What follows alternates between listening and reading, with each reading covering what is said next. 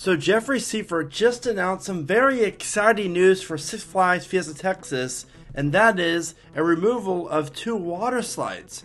Now you might be thinking, how is that excited? Because there's no announcement of a new ride whatsoever to replace these 2 slides. But this is Theme Park Brandon, and I would not be able to do these videos without really speculating. And as I was analyzing the Google Maps, I realized right here are the big bender slides, and I happened to notice that there is a lot of room behind the slides up along the hillside for a potential new roller coaster. If you're a fan of the channel, or at least a fan of Fiesta, you know that there's one type of coaster out there that just the park desperately needs and they're lacking. So this is Theme Park Brandon. Thank you so much for watching. Let's get into this. I hope your day is going great. Six Flags Fiesta Texas is a fantastic park. If you've never been there, then you're really missing out. You have Iron Rattler, Dr. Diabolical, Cliffhanger. You have the, what's it called? Obviously Wonder Woman, the amazing RMC Single Rail, Superman. There's so many good rides. And a lot of them interact with the Rock Quarry Wall. And while I do not think this one will do so due to the location, but looking at the aerial map and this diagram right here, there's a lot that the park could do with this. Now, obviously, you can't build a roller coaster on the golf course. I mean, that would be really cool. But I don't know about you. I'd rather not be riding a roller coaster with my hands up and, keep riding coasters and all, and then dodging golf balls as they're whizzing on by my head. But if you look at the Google Maps here, and you start to get creative, and we all know Jeffrey and his team down at Fiesta are very creative for placements. I mean, I never would expect them to build this ginormous that's over Texas, but Dr. Diabolical Cliffhanger, the dive coaster in the middle of, the Rockville area, not Rockville, but the Cracked Axle Canyon area of Fiesta. But what if this roller coaster would run alongside of the water park, and then also beyond, along Roadrunner Express, which is a great mine train coaster, by the way, and back towards Iron Rattler? If it did that, then we are talking a major scaled coaster. And just let me pull up real fast. This news just broke, so bear with me here. That I'm going to RCDB, a great website everyone needs to check out. I think Dr. Diabolical Cliffhanger opened up in 22. I was going to say 23.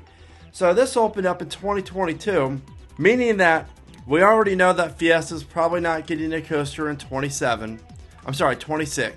So I think 27 makes the most sense, obviously, for Fiesta. That's 5 years after their last major coaster. And to give you an example, Wonder Woman was 2018, Batman the Ride, the SNS Free Spin was 2015, Iron Rattler 2013, so you get the point. They're definitely past due. It makes sense that as far as the Texas parks goes, since it's all obviously one chain, and it has been for obviously forever pretty much, but for marketing purposes, the Giga Dives go on to Texas in 26, and then could a new hyper coaster be opening up at Fiesta Texas in 27? I'm just throwing it out there. I pulled some measurements. There's ways that they could fit a unique hyper coaster with a very interesting layout in this area. Now, what I really like about this is along the hillside. So the station will be located down, obviously, where the park is located, Midway. But then as the train would travel up the lift hill, the elevation will also travel up as well. So maybe the lift hill is 220, 240. Probably let's say 240, 250 actually, with the drop being 200, since you have quite a bit of elevation change there, and it might even be taller or whatnot there. But to get the hypercoaster status, the drop, I believe, is where they want to really focus on the height. Well, never mind, because Orion is 287 and it's not 300. But regardless, well, no, Orion, the height is 287, the drop is 300. So we'll see. But regardless, there is room here for a very unique hypercoaster. I don't think it's going to be from B&M if they would build one in this location. B&M hypercoasters are so traditional, a straight drop and very like L-shaped layout or a T-shaped layout. Very, they don't really get too creative. They don't mix it up too much. But Mock Rides does. And Mock Rides offers some amazing hypercoasters out there.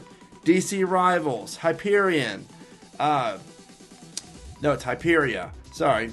And then you at Thorpe Park, and then you have the Hypercoaster, and then the other one, I think it's I can't think, Flash, something. It's in Turkey, I believe. But Mock Rides can deliver a massive hypercoaster in this plot of land. And now that Cedar Fair, Six Flags have merged, and I do think going forward we will see the parks that warrant the big time major rides would get the capital for it. I definitely think Fiesta will be getting a hypercoaster, probably as their next coaster. I mean, though they could very well get a family coaster next due to the Kid Flash mishap, but I think that'll be located over where Kid Flash is. If anything, I think this area is not too often you're going to find this ginormous area full of area like this for a major coaster, and you definitely need a hypercoaster. Now, just imagine walking through the park and seeing a coaster towering over Iron Rattler with airtime hills, multiple inversions, some low to the ground transitions. You know, this layout is obviously just a mock layout I did here just to show you an example of just how a hypercoaster can fit in this area.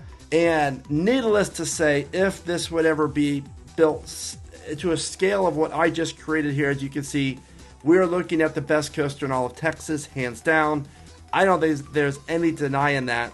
This could also be used for a water park capital. I do realize that, but with it being located so close to Roadrunner and the rest of the park, I feel like there's so much more room in the parking lot where if the park wanted to expand the water park, they could very well expand that direction.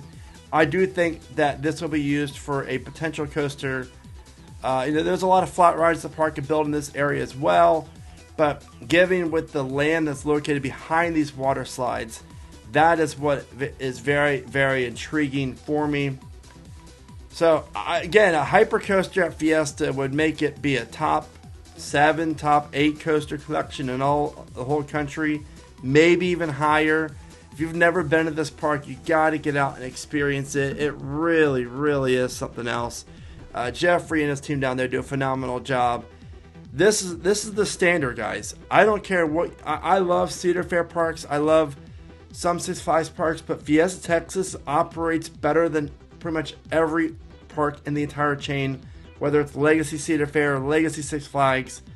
It's crazy. This is very, very exciting news. We also know that we learned about the date for Over Texas Giga Dive. Mark your calendars, September 25th, I believe it is. They're announcing all the details on this monstrosity of a coaster. And Schlitterbahn, New Braunfels, is getting a new major signature attraction, they called it for 2026. So more details on that soon, but I'm very intrigued by that. I'm glad to see some attractions being announced for 26. Not everything's going to be delayed, which is great. So what are your thoughts on a hypercoaster coming to Fiesta Texas in this area? Whether it's not a hyper or not, what other type of coaster do you think Fiesta needs in this area? You guys let me know in your comments. And obviously, this is Theme Park Predictions. I really do value your input. Let me know everything in the comments. And if you want to know how I rank my top 25 coasters, be sure to watch the spotlight video at the bottom of your screen. With that being said, like my shirt says, no matter what, keep riding coasters, smile today, think positive, and keep riding coasters. Happy National Roller Coaster Day, everyone. Thank you.